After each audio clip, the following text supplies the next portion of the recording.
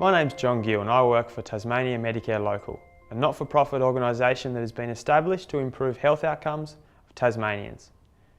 Through our health promotion work, we've been working with the Tasmanian Association of Community Houses to deliver some innovative and creative training to houses.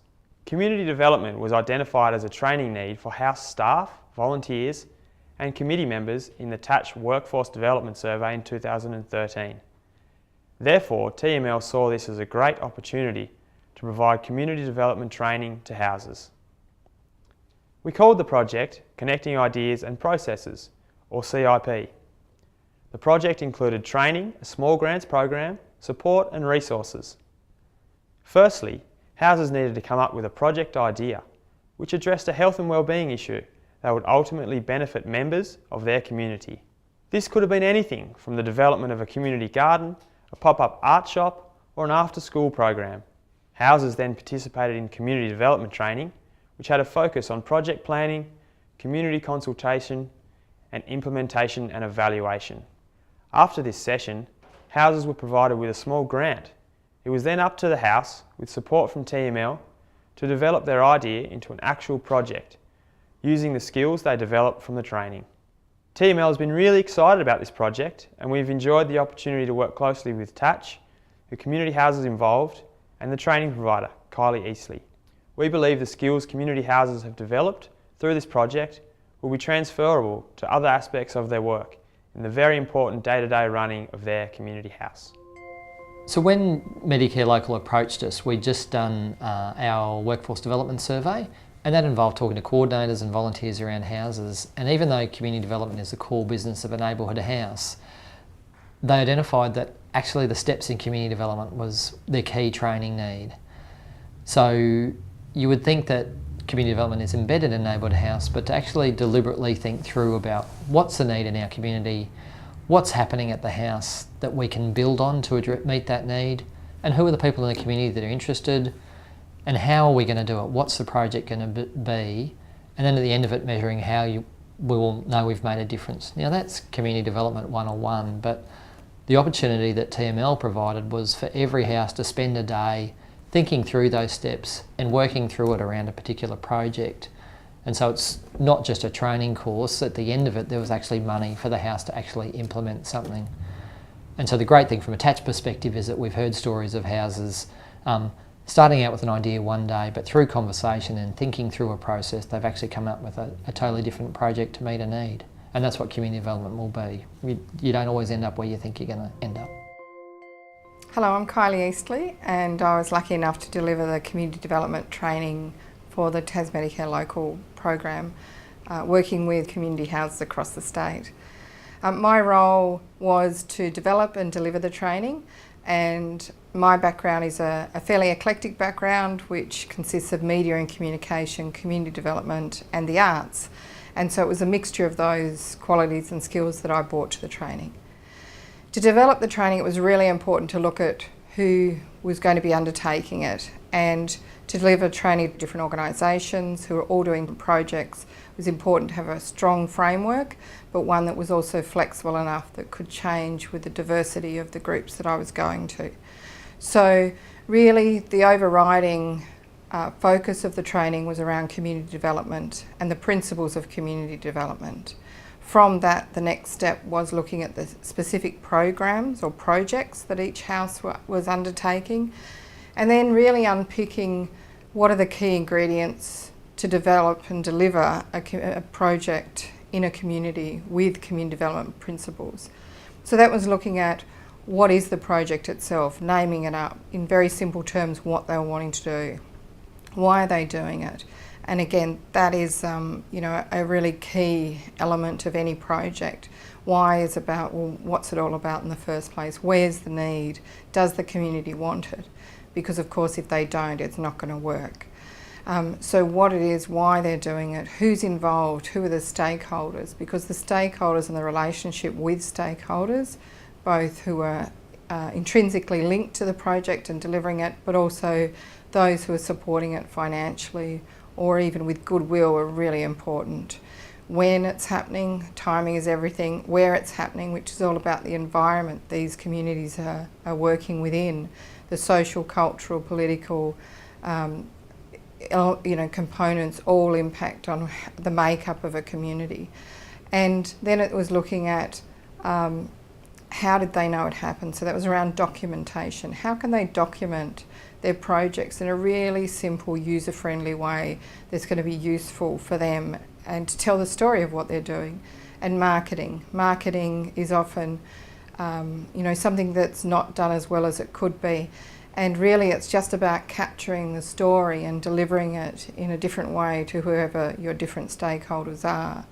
So we really looked at marketing, and finally we looked at evaluation. And the evaluation that I focused on was one that I'm really familiar and I think is a great value to community projects and art projects, and that's the action learning evaluation.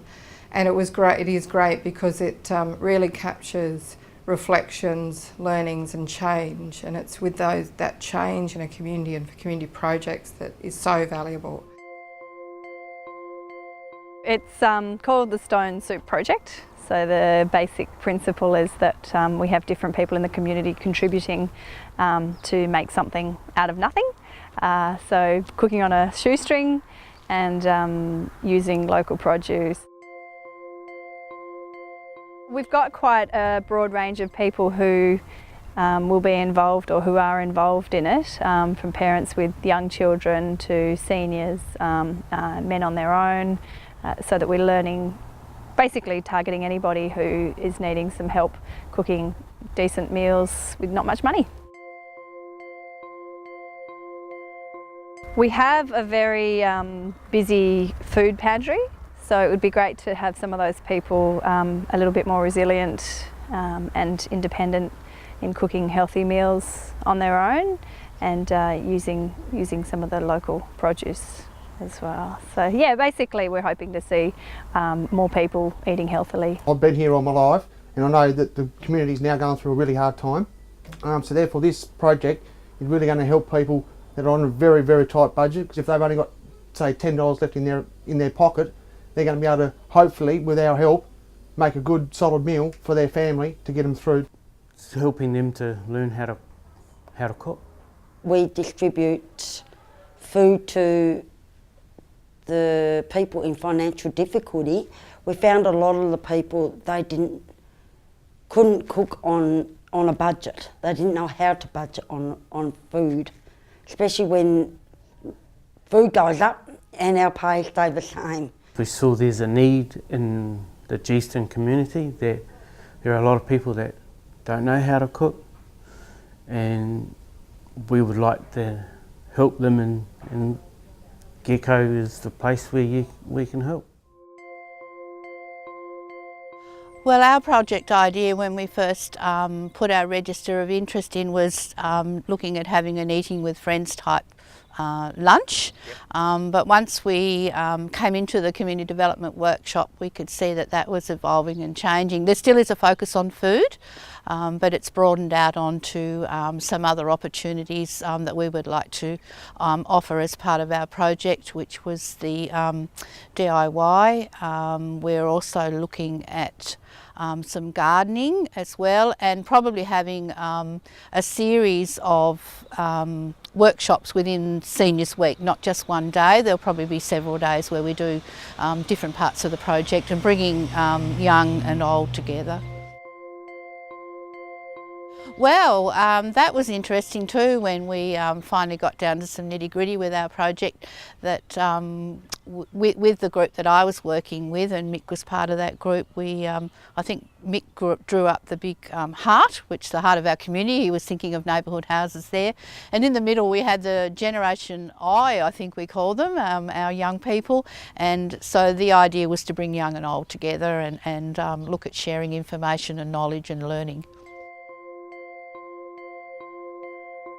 The benefits could and should be huge. It's about bringing the generations together, breaking down some of those barriers. It's about sharing. It's about bringing some of that knowledge perhaps from the senior members of our community and sharing that with younger members and vice versa. Probably the main thing was we had a nice group there and sharing the different ideas and sort of, I've been part of the community house for a while now, and sometimes you forget about some of the great ideas that the newcomers might have. It really for me more that everybody, we've got different groups, and even though they're from different backgrounds and different parts of the community, but we all focus around the same thing and engaged in the community.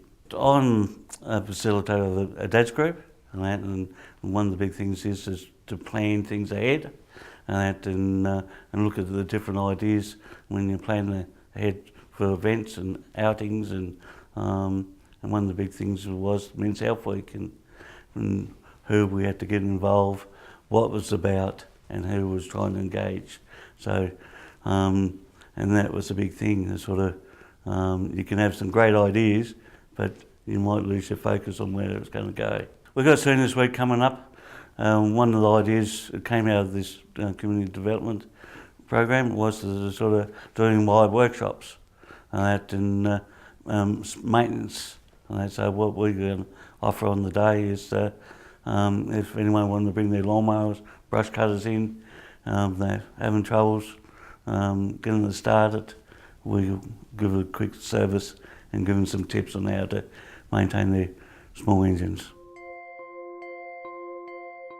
The project is a Community Kitchens programme, and it addresses social isolation and deals with things like diet, nutrition, budgeting. It supports people, but it's a great place for people to come and interact with each other, cook a meal, sit down and share it together. There's been 3 identified groups that we're targeting initially. The first set is we have a local volunteer counsellor here, and we work with Aspire, and they have activities for people that suffer with depression. They recognise that a community kitchens would be a good forum for them to get together and learn a skill, but also to be socially interactive. The second group was we were approached by a local group of men. Some of them are recently separated and widowed or divorced. They're having difficulties learning how to cook for themselves, buying foods. They're standing around in supermarkets looking at different labels. So they're going to come and learn how to budget and cook nutritious meals. And the third set is just a group of local people that would like a social activity. We have a Train the Trainer programme where we're going to train up some coordinators to run the programme. I suppose here we live in a socially isolated area, so the main one would be for that social inclusion. The second one would be skill set development, learning how to cook and budget. That's really important, and a good diet plan, easy to follow. So they're the main 2 that we see. We have a really transient population down here, so lots of families move to the area who are quite socially isolated. They may not have that support from family and friends they used to. So by coming to the kitchen on a regular basis, they get to just meet new people, chat, feel connected, and reduce that social isolation that we know impacts so much on people's lives. Building their confidence, meeting new people, building their skills in areas of nutrition and great ideas to feed their family on a budget, and that's actually quite nutritionally sound and yummy at the same time. Well, our project idea for Waterbridge Gardens here at Bridgewater Community Centre is a birth to 6-year-old garden where we get the younger children interested in gardening. And we've just proven that over the years that if kids are introduced to gardens at an early age and if they're growing their own food, they will eat it. We're targeting families in the area that might not have the access to gardens of their own, and we're encouraging them to then come here, learn the skills that they need to learn, then we'll support them to get their own gardens in their own houses and in their yards, and then we'll support them with plant seeds, whatever we can, to make sure that their gardens grow to the full potential that they can. But they'll learn all the skills here with their kids in a fun environment, lots of learning. If the kids want to go and follow a caterpillar for the day, then we'll go and learn about caterpillars. We'll just roll with what the kids want to do. It's about making gardens normal. It's about putting them in the landscape and making them something that everybody can access at all times. We don't lock our garden here, and we find that a lot of people actually do access it over the weekend for food, and that's what we want. We want people to feel comfortable enough to come in here, get their food, and this is why we're going to work with the kids. So they know where the food is. They can say, hey, let's go down to the garden and we'll go and get some greens for a feed, or whatever else that they think they can find in the garden. So if we teach the kids, kids will then teach the parents, and it's just a better outcome for the whole community. It was good to be able to run through an action plan and work out exactly how your action plan is meant to look, who's responsible, how you're going to lay it all out, and how actually to put that out into the community and then get people to be responsible for things. Also, mapping the community was really interesting, because the more people that you get in the room, everybody knows something different. So to get people in the room that are happy to say, this is here, let's connect all the dots, let's look at it as a big map rather than just our little areas that we just work in, and see what we can do to really help the community into the future. It was really good. She gave us some really good hints, some good advice, and yeah, she gave us some really helpful tips to help us get through the project. It's going to be good. Yes, I did get a lot out of it. This training, I suppose, for some who were participants, provided some validation of the skills and the processes they already take and already have, but it also gave them scope to explore some other ideas. It also, for those who hadn't been exposed to this sort of training or these sort of principles around community development, gave them the opportunity to really nut them out. And there were definite light bulbs going off throughout the weeks that this training was delivered.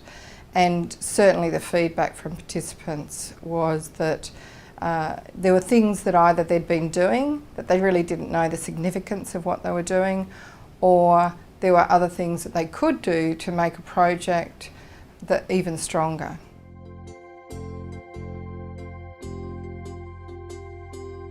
TML would like to thank the Tasmanian Association of Community Houses, Kylie Eastley, and all houses that participated in the project. For further information, please go to TML's website, www.tasmedicarelocal.com.au.